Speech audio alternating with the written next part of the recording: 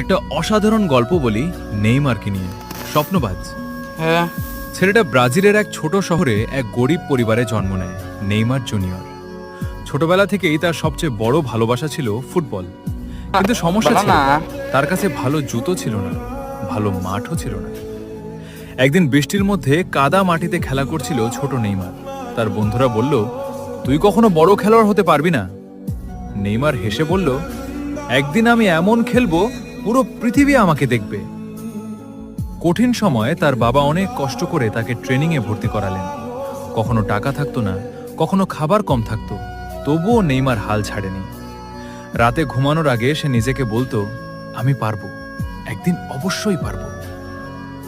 স্বপ্নের উড়ান ধীরে ধীরে তার খেলা সবার নজরে আসতে লাগলো। একদিন সে সুযোগ পেল বড় ক্লাবে খেলার।